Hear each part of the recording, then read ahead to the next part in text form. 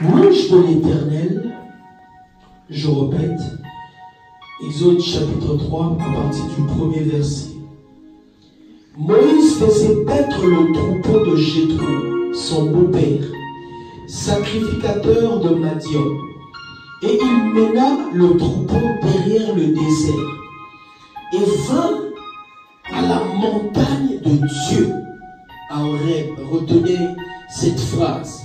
Et vint à la montagne de Dieu, à Horeb. L'ange de l'Éternel lui apparut dans une flamme de feu, au milieu d'un buisson. Moïse regarda, et voici le buisson était tout en feu, et le buisson ne se consumait point. Moïse dit, je veux me détourner pour voir quelle est cette grande vision. Et pourquoi le buisson ne se consume point? L'Éternel vit qu'il se détournait pour voir, et Dieu l'appela du milieu du buisson et dit, Moïse, Moïse. Et il répondit, me voici. Dieu dit, n'approche pas d'ici, ôte tes souliers de tes pieds, car le lieu sur lequel tu te tiens est une terre sainte. Et il ajouta, je suis le Dieu de ton père, le Dieu d'Abraham, le Dieu d'Isaac et le Dieu de Jacob. Moïse se cacha le visage, car il craignait de regarder Dieu. L'Éternel dit, j'ai vu la souffrance de mon peuple qui est en Égypte, et j'ai entendu les cris que lui font pousser ses oppresseurs, car je connais ses douleurs. Je suis descendu pour le délivrer de la main des Égyptiens, et pour le faire monter dans ce pays, dans un bon et vaste pays, dans un pays où coule le lait et le miel. Parole du Seigneur. Est-ce qu'on peut acclamer pour cette parole? Oh, la parole de Dieu qui a créé quelque chose. Amen. Vous pouvez vous mettre, je vous en prie. Je vous souhaite un bon dimanche et soyez bénis dans la présence de Dieu. Amen. Sentez-vous libre, vous êtes dans la maison de votre Père. Vraiment, sentez-vous libre quand vous devez dire Amen, dites Amen. Quand vous devez prier, priez. Quand vous devez vous exprimer, exprimez-vous. Amen. Que tout se passe dans l'ordre de l'Esprit. Ça, c'est une bonne chose. Depuis le dimanche passé, nous avons commencé un thème. Manifester le géant qui est en nous. Je répète, manifester le géant qui est en nous. Je disais, en chaque personne se cache un géant. En chaque individu est enfoui un géant.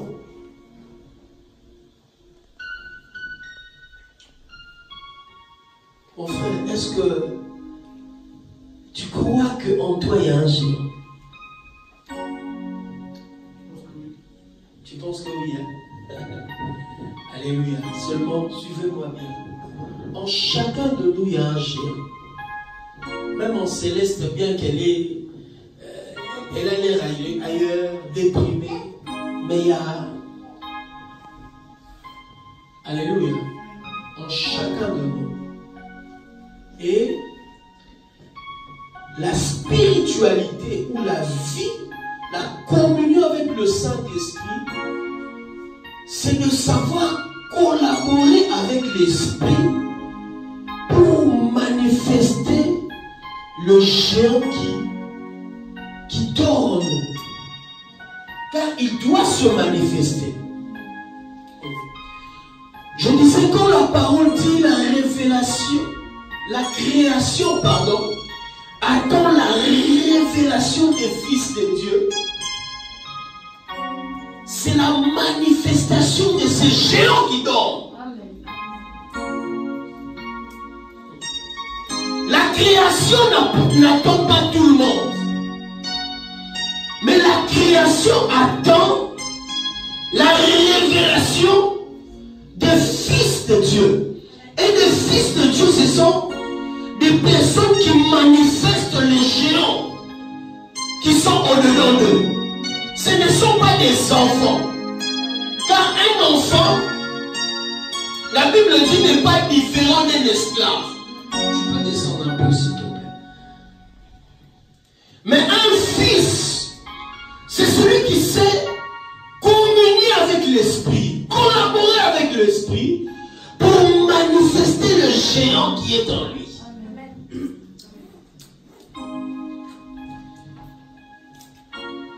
Et la vie chrétienne, c'est une vie de la communion avec l'esprit pour manifester le lion qui dort en toi. Je disais, quand quelqu'un arrive à manifester le lion qui est en lui, c'est alors qu'il devient dangereux, même pour les ténèbres.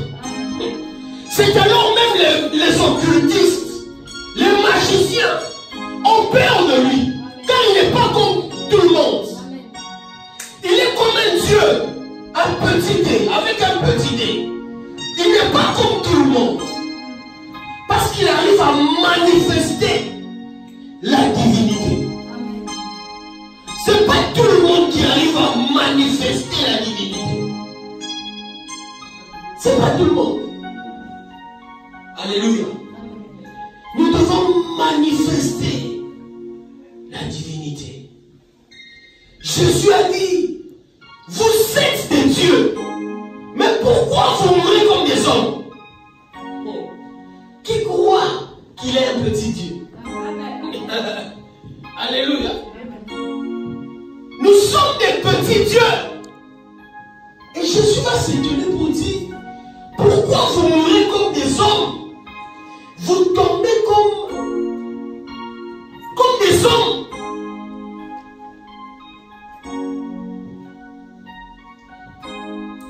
Parce qu'un vrai fils ne peut pas tomber comme un homme. Un vrai fils tombe parce qu'il a accompli sa mission.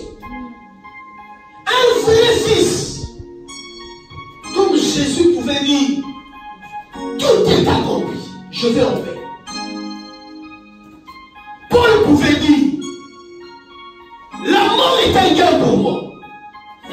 Parce qu'il était en train d'accomplir sa pleine mission. Et si je meurs aujourd'hui, c'est un gain pour moi. Il manifestait la divinité. Même quand on voulait le tuer, il ne pouvait pas mourir aussitôt que sa mission n'était pas accomplie. L'ennemi s'arrangeait pour le tuer. Il y a eu naufrage, acte 27, mais il n'est pas mort. Et il n'est pas surpris que la mort ne l'a pas trouvé. Non, il n'était pas surpris. L'ange vient lui visiter. Il dit, Paul, parce que tu es dans cette navire, aucune personne ne va périr. Oh my God, j'aime ça. À cause de la présence de Paul, même si le navire fait naufrage, l'esprit de mort ne peut pas s'approcher de ce navire. My God! À cause de la présence d'un homme, sa présence va sécuriser tout un peuple qui est dans le navire. Oh! Je parle aux personnes qui vont manifester la divinité, qui vont sécuriser les autres. Car la vie chrétienne, c'est être une bénédiction pour les autres. Aussi longtemps que tu n'es pas une bénédiction pour les autres, tu n'es pas encore fils. Raphaël, tu dois être une source de bénédiction, une source de protection pour les autres, une source de donation pour les autres. Une source de paix pour les autres. Dieu nous appelle à ça. Dis avec moi, manifester. Manifester. Le géant. Le géant. Qui est en moi. Qui est en moi. Il y a un géant qui est en toi. Et le dimanche passé, on a parlé de la première, du premier point. C'était quoi? Des personnes qui sont loin, ma femme est là, qui cherchent la vidéo, qui disent, envoie ça, nous bénit. Mais vous, vous êtes là.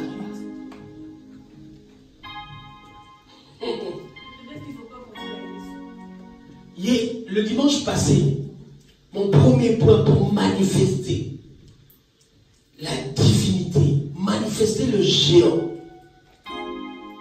qui se trouve en nous, c'était quoi?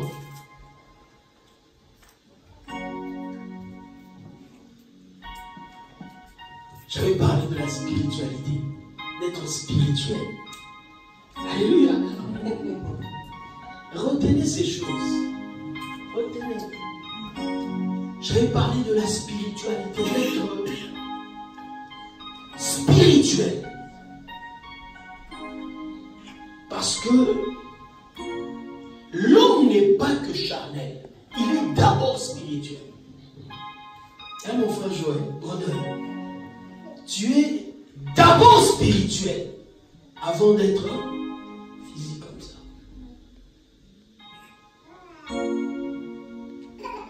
L'homme est d'abord spirituel avant d'être physique. C'est le péché d'Adam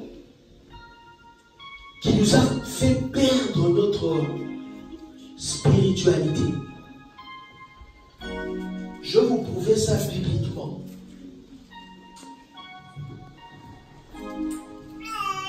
Lorsque Adam a mangé le fruit défendu, la Bible dit qu'il se rend compte qu'il était nu. Pendant tout ce temps, il ne se rendait jamais compte qu'il était nu. Pourquoi? Il était spirituel. Ses yeux physiques-là ne voyaient pas. Il était vraiment spirituel. Il ne se rendait même pas compte qu'il était nu. Deuxième point. Même quand il était avec des animaux sauvages, c'est lui qui a nommé les animaux. Toi, on va t'appeler lion. Mes respects, chef. Toi, jaguar. Toi là-bas, léopard. Et les animaux sauvages, ils étaient là, ils honoraient l'homme. Mais c'est depuis la chute que même les animaux sauvages vont talimotouer. Mais ça, c'est une antilope qui marche avec deux pattes. Alléluia. Mais avant la chute, il n'y avait pas ces choses. Mais ce n'est pas là mon thème. Moi, je parlais de la spiritualité de l'homme. Voilà pourquoi Jésus a dit, je suis venu afin que mes brebis aient la vie. Et la vie en abondance. Donc Jésus, tu veux dire que tes brebis n'avaient pas la vie? Parce qu'il dit que je suis venu afin que mes brebis aient la vie. Donc tes brebis n'avaient pas la vie? Oui. Parce que depuis la chute de l'homme, la mort est entrée. C'est la mort spirituelle, la séparation entre Dieu et l'homme. Il y a une séparation entre Dieu et l'homme. Mais Jésus vient rétablir ici cette relation. Voilà pourquoi il dit, je suis venu afin que mes brebis aient la vie.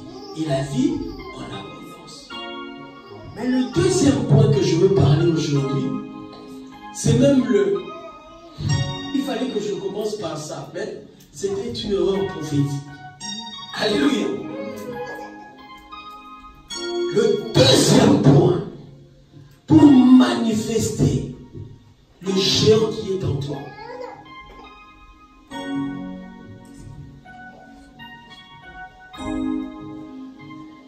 tu dois faire des rencontres mystiques. Un homme doit faire des rencontres mystiques ou mystérieuses. Que les termes ne vous font pas peur. Amen. Pour développer le géant qui dort en toi,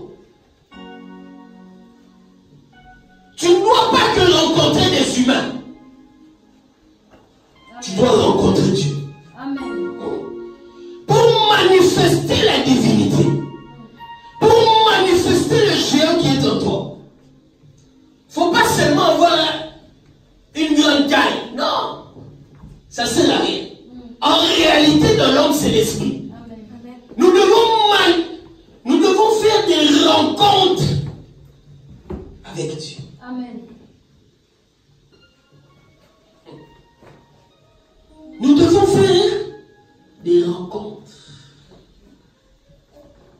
divines. Sans rencontre divine, on va rester ordinaire. Le fer aiguise le fer. Même les Français disent, dis-moi qui tu rencontres. Je te dirai qui tu es. Toi, tu rencontres qui? Pour manifester le géant qui est en toi, tu rencontres qui? Vous verrez des humains qui vont tomber leur dose.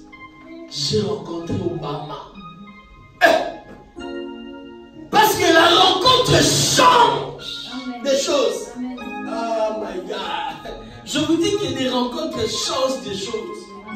À combien plus forte raison la rencontre avec Dieu?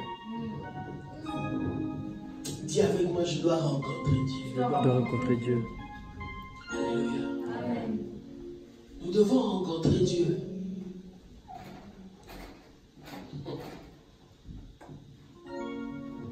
Et dans le texte que nous venons de lire,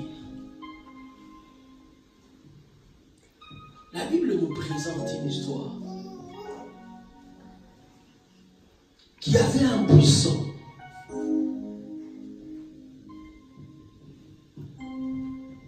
On dit que le buisson était parmi les plantes inutiles en Israël. Alléluia. Mais ce buisson-là,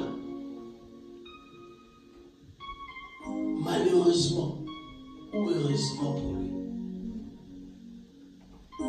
il était dans la montagne de Dieu. Alléluia. Bien que c'était une plante inutile, mais cette plante était enracinée à la montagne de Dieu. Il était dans un bon emplacement spirituel. Il était dans un lieu favorable. Même si je suis inutile, mais je suis bien enraciné. Je suis bien positionné.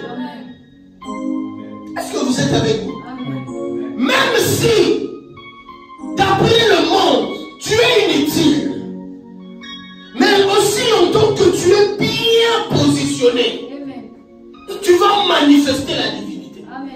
Je dis, tu vas manifester la divinité. Il n'était pas n'importe où. Il était en rêve. Dis avec moi, en rêve. La montagne de Dieu. Alléluia. Amen. Pour tout celui qui a Jésus-Christ, il est dans un bon lieu. sont sûrs. Tu n'es pas n'importe où. Voilà pourquoi tu dois manifester la divinité. Amen. Si aujourd'hui tu ne manifestes pas, demain tu dois manifester. Amen. Si ce n'est pas demain, le lendemain, tu dois manifester. Dis avec moi, je dois manifester. Le géant qui dort en moi doit se réveiller. Est-ce que vous croyez?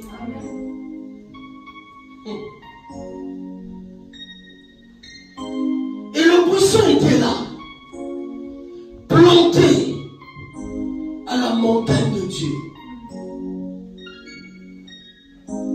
Et Dieu vient lui visiter. Voilà pourquoi je dis la première rencontre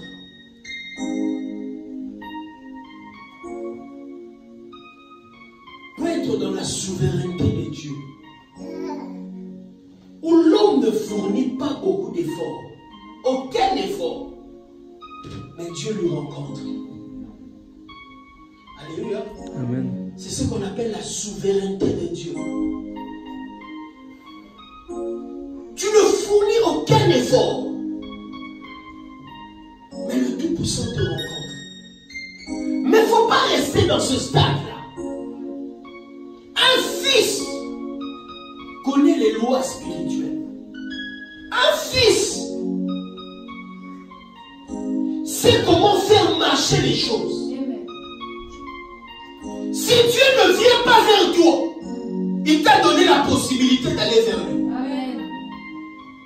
Je dis toujours, un vrai fils connaît que si Dieu ne vient pas vers moi, je connais son adresse. Amen. Je sais là où je dois le trouver. Un vrai fils sait, si papa n'est pas là, il est dans son bureau. Il sait. Alléluia. Amen. Ne reste pas dans la souveraineté de Dieu, tu attends. Tu peux provoquer une rencontre. Aujourd'hui, je parle aux personnes qui veulent provoquer une rencontre avec Dieu. Qui sont marre d'attendre. Je vais provoquer une rencontre. Amen. Tu peux provoquer une rencontre avec Dieu. Amen. Provoquer une rencontre avec Dieu. Ah. Vous savez le sans-papier qui était en France, là. Sans-papier. Rien. Mais il y a eu quelque chose, un événement qui se passe. Un enfant qui était suspendu, qui devait tomber. Le sans-papier il va grimper. Il grimpe. Il prend l'enfant. Directement héros. Et le chef de l'État vient lui rencontrer. Pourquoi? Il a provoqué quelque chose. Il n'a pas fait une chose ordinaire. Tu veux que Dieu te visite, tu fais quoi? Tu fais quoi? Il a provoqué cette rencontre, n'est-ce pas? Un sans-papier même au conseil au talent. Ah là là là. Alléluia. Amen. Le président vient le rencontrer et sa vie change. Amen. Tout change. Vraiment. Dis avec moi la rencontre. Je parle de la rencontre. Deuxième point pour manifester la divinité. Manifester le géant qui dort en toi.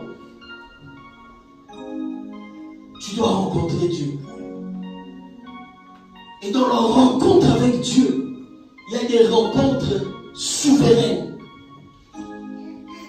Comme ce buisson. Il était seulement bien positionné. Il était là.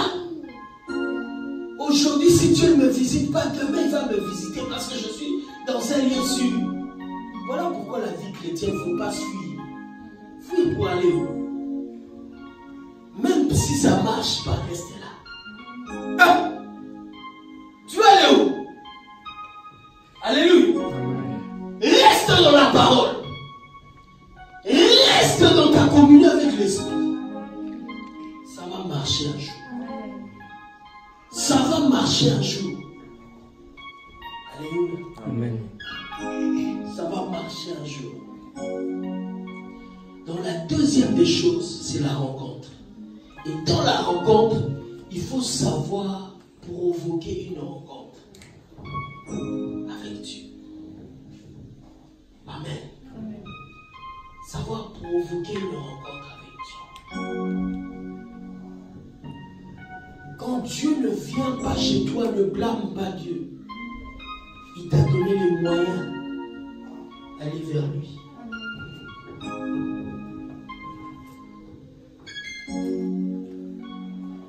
Je dis toujours, j'aime cette femme. Dans la Bible, au ciel, je veux lui dire,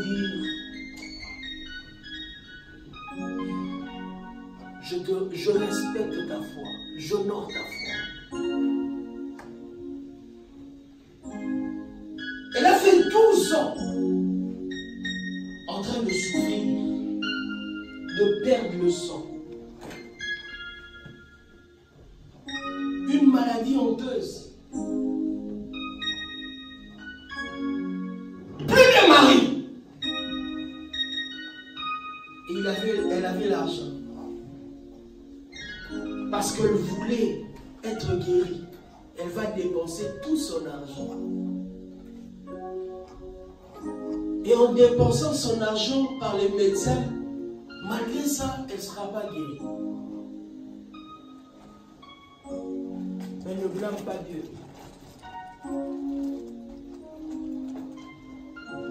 Et un jour, on dit que Jésus vient dans la ville où elle était.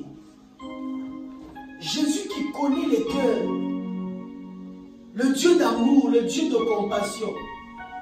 Olivier, moi je pensais que, parce que Jésus est tellement amour, Jésus va venir à l'adresse de cette femme pour frapper la porte, dire, tu as fait 12 ans, sors, je dois te guérir. Mais Jésus ne vient pas chez elle. Jésus ne vient pas chez elle. Mais elle est là. Elle entend parler de Jésus. Et parce que la foi vient de ce qu'on entend. Ce qu'on entend vient de la parole du Christ.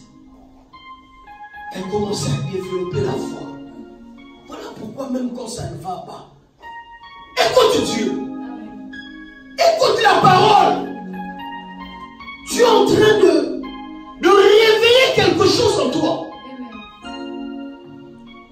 Tu verras une personne qui est attristée. Il va encore suivre les théâtres.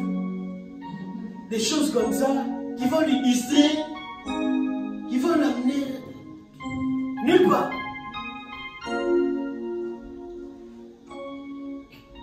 Moi, je dis toujours, quand j'ai peur, c'est un signal pour moi, pour dire, attention, ça ne va pas dans ta vie. Et si je ne prie pas avant de prier, je peux mettre un prédicateur que j'aime, avec un message qui va réveiller quelque chose à moi. Mais quelqu'un qui sait qu'il n'est pas bien, il va s'entourer des personnes qui ne croient même pas en Dieu. Et il pense que le changement viendra avec un bâton magique. Même Dieu, le Dieu tout-puissant, il ne travaille jamais comme un magicien. Jamais. Cette femme, elle entend parler de Jésus.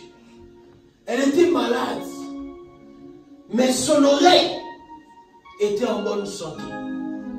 Tu peux être malade dans un domaine, mais tu es en bonne santé dans l'autre domaine. Développe le domaine où Dieu t'a laissé.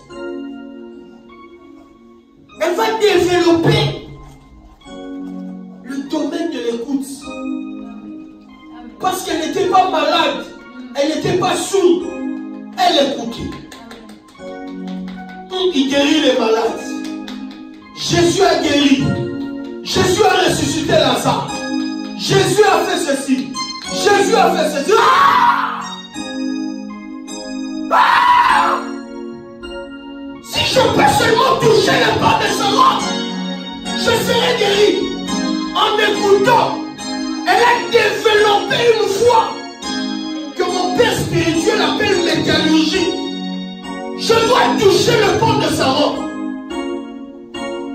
En écoutant Jésus, tu développes quoi? Réellement, quand on écoute Dieu, on prend des décisions. J'aime quelqu'un qui a dit la Bible n'est pas un livre de destinée, mais c'est un livre de décision. Quand on écoute Dieu, on doit se décider. N'est-ce pas, Mika? Alléluia. Elle se décide, je dois toucher le pan de sa robe. Mais seulement, même pour toucher le pan de sa robe, c'est une pensée suicidaire. Parce que si on retrouvait cette femme parmi les hommes, la loi autorisait aux hommes de lapider cette femme. Donc la loi que Dieu avait mise empêchait même à cette femme d'avoir cette pensée. Mais elle va dire, si je dois mourir, que je meurs en cherchant la solution. J'aime des personnes comme ça. Au lieu aux arats là-bas.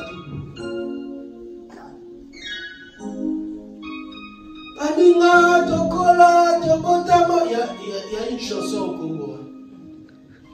Une chanson vraiment des désespérés. Quelqu'un qui dit, j'ai grandi avec des personnes qui chantent ça. Des personnes qui ont réussi dans la vie. Je suis le seul à échouer. D'abord, qui t'a dit que tu échoues? S'ils ont réussi, ils ont leur destinée. Chacun sa destinée. Mandela fait 27 ans en prison. Mais quand il est sorti, il est devenu président. La prison pour Mandela n'était pas un échec. C'était un tremplin. Ah, la prison pour Mandela n'était pas un échec. C'était un tremplin à la présidence. Ce que tu appelles échec, peut-être que tu ne l'appelles pas échec.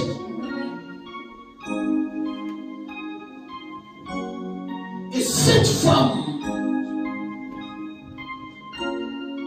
va dire, je veux toucher le pan de sa robe.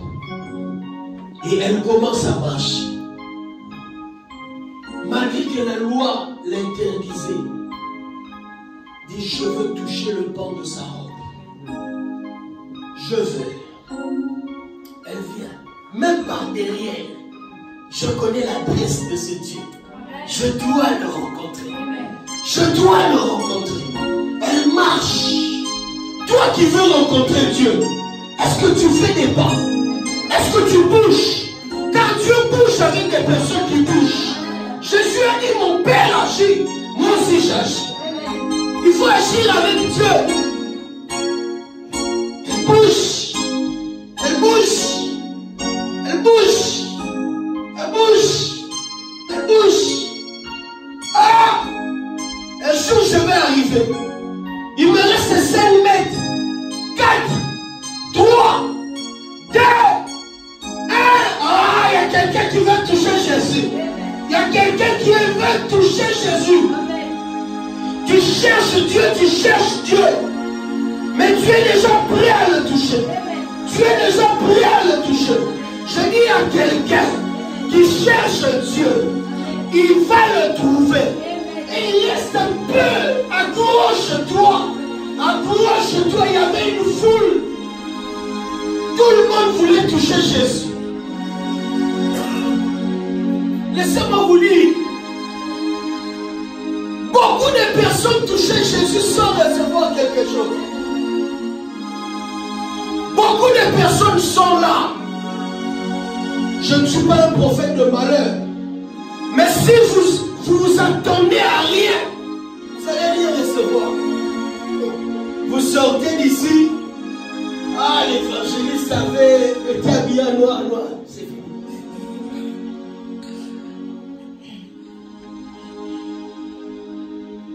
Cette femme se disait en elle-même, quand je vais toucher, ma vie va changer. Je serai guéri. Elle arrive. Elle touche. My God. Miracle. Quand elle touche le pan de la robe du maître, la Bible dit, une force va quitter le maître. Visitez cette femme. À l'instant même, le sang s'arrête. Parce que la puissance est sortie du maître sans l'autorisation du maître. Parce qu'une personne qui a foi, quand ta foi te dit oui, Dieu ne dit pas non. Une personne qui a la foi, il retire des choses de Dieu. Sans autorisation, il prend. Parce que la foi lui autorise. Dieu a grillé la foi. Il a grillé la foi. Dieu a grillé la foi. Le maître regarde. Il dit, qui m'a touché? Bien qu'il ne comprend pas la question. Seigneur, tout le monde te touche. Il dit non. Tous ceux qui m'ont touché, ils m'ont touché pour ne rien avoir.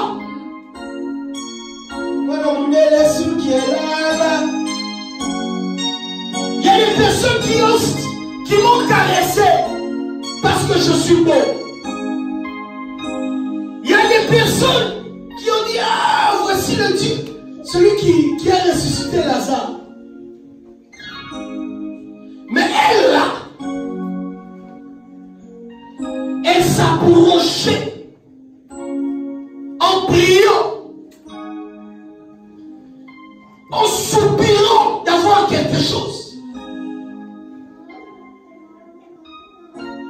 Voilà pourquoi j'ai senti une puissance sortir de moi.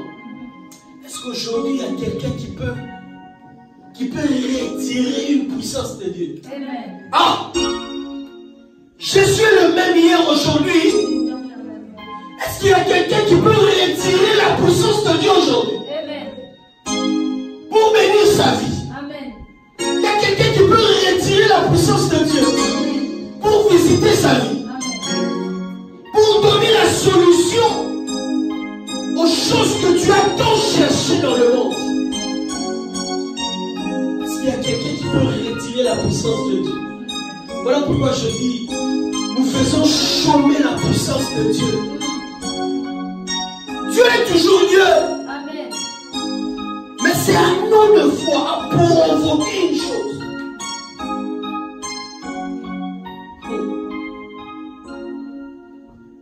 Qui m'a touché? Pierre dit, ah, Seigneur, toi aussi. Tout le monde te touche. Il dit, non. J'ai senti la puissance, une puissance me quitter.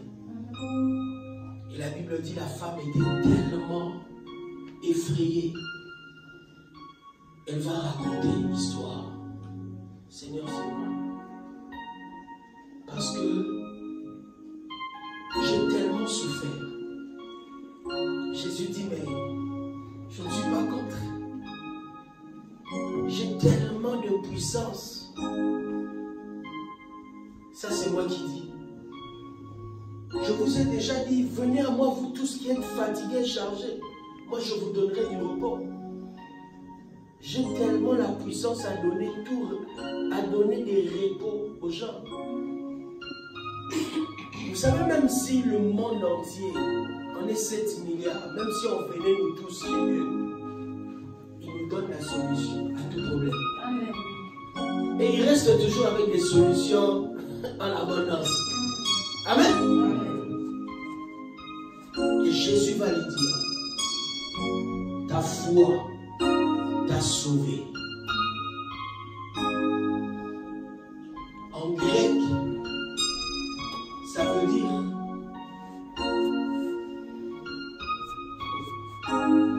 une personne qui était malade, mais Jésus lui dit, ta foi t'a sauvé.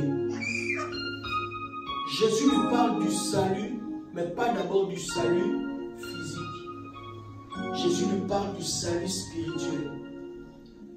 Jésus voulait lui dire, tu as eu tellement de foi envers moi qu'aujourd'hui, tu es devenu enfant de Dieu.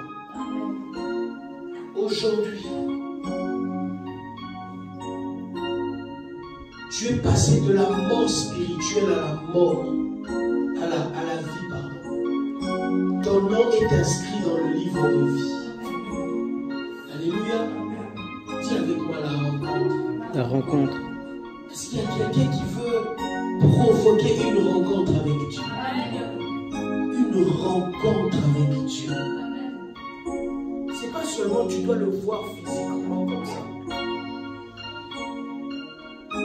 Tu peux un jour, pendant que tu pries ou tu médites, tu sens une présence t'envahir, où tu es convaincu que c'est Dieu. Et depuis ce jour, ta vie change. Amen.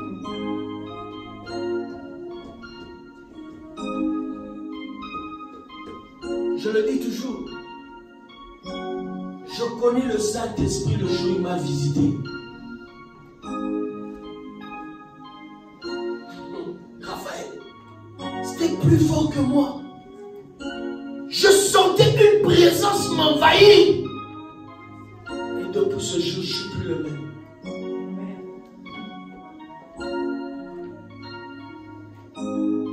Mais parce que je le désirais. Aujourd'hui, des personnes qui viennent à l'église, ils veulent rester ordinaires. On n'est pas ordinaire. Nous sommes des petits dieux. Nous devons manifester la divinité. Manifester le géant en toi. Abraham est devenu Abraham. Sarai est devenue Sarah. Jacob est devenu Israël. Simon est devenu Pierre. Mais toi aussi tu dois devenir. Amen. Ah. Toi aussi tu dois devenir une personne. Amen. Saul est devenu Paul. Amen. Que tu retrouves ton identité enfouie en toi. Amen.